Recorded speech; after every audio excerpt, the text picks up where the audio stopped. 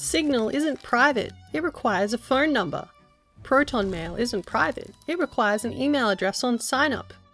These are common statements we hear in the privacy community. The core of these statements stems from a misunderstanding of privacy, security, and anonymity.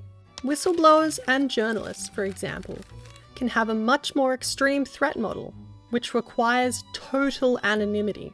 That's not only hiding what they do, what data they have, and not getting hacked by malicious actors or governments, but also hiding who they are entirely. They will often sacrifice any kind of convenience if it means protecting their anonymity, privacy, or security, because their lives could depend on it. Most people don't need to go so far.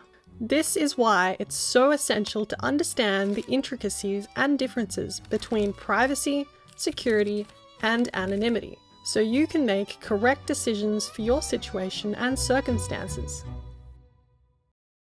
So how do we define privacy, security, and anonymity? Privacy. Privacy is the assurance that your data is only seen by the parties you intend to view it.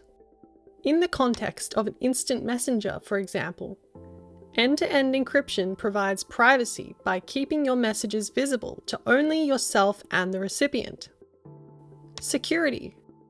Security is the ability to trust the applications you use, that the parties involved are who they say they are, and keep those applications safe. In the context of browsing the web, for example, security can be provided by HTTPS certificates.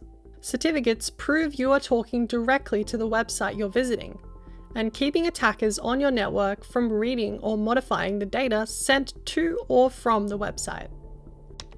Anonymity. Anonymity is the ability to act without a persistent identifier. You might achieve this online with Tor, which allows you to browse the internet with a random IP address and network connection instead of your own. Pseudonymity is a similar concept, but it allows you to have a persistent identifier without it being tied to your real identity. If everyone knows you as GamerGuy12 online, but no one knows your real name, that is your pseudonym. Now that we've defined the terms, we can apply them in some examples. Security and privacy without anonymity.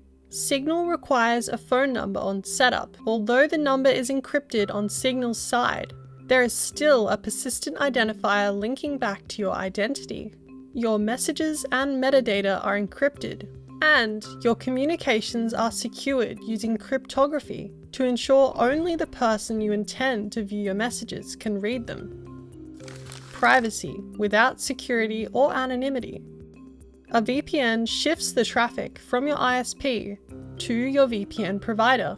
By making this change, you're controlling who can see your internet traffic. Your IP address is still known by the VPN provider, so that they can provide you with the service. This means you won't be anonymous. VPNs also don't offer security benefits over not using one. Security without privacy or anonymity. Chromebooks are often regarded as some of the most secure desktop computing devices. However, they are deeply embedded with Google's software.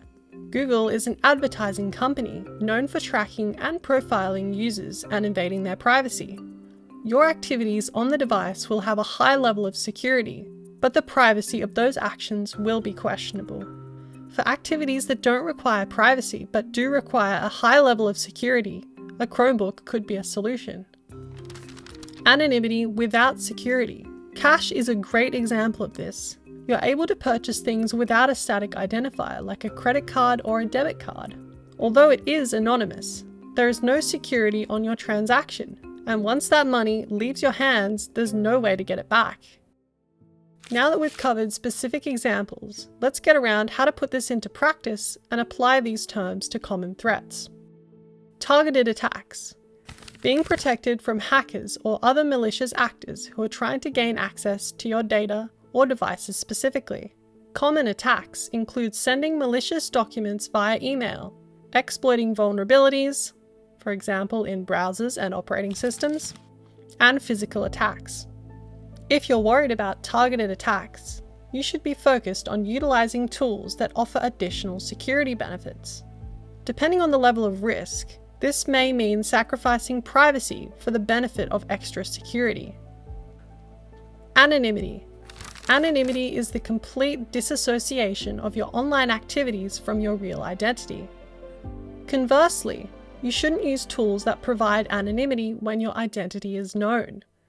For instance, logging into your bank account while using Tor is likely to trigger security measures from your bank, and it will link your real-life identity to your Tor session. Surveillance capitalism. For many people, tracking and surveillance by private corporations is a growing concern. Pervasive ad networks, such as those operated by Google and Facebook, span the internet far beyond just the sites they control, tracking your actions along the way. Utilizing browsers that thwart tracking technologies can throw off advertising tracking and protect you against these type of privacy risks.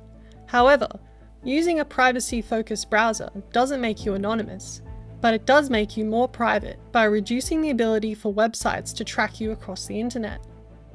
Just because one tool doesn't offer privacy, security, and anonymity doesn't mean that you shouldn't use it. You need to evaluate what you realistically need for your situation. This video wouldn't have been possible without the generous donations from our supporters and members. If you liked this video, please consider donating to sustain our mission and so that we can continue creating educational content like this. Thanks for watching. See you next time on Privacy Guides.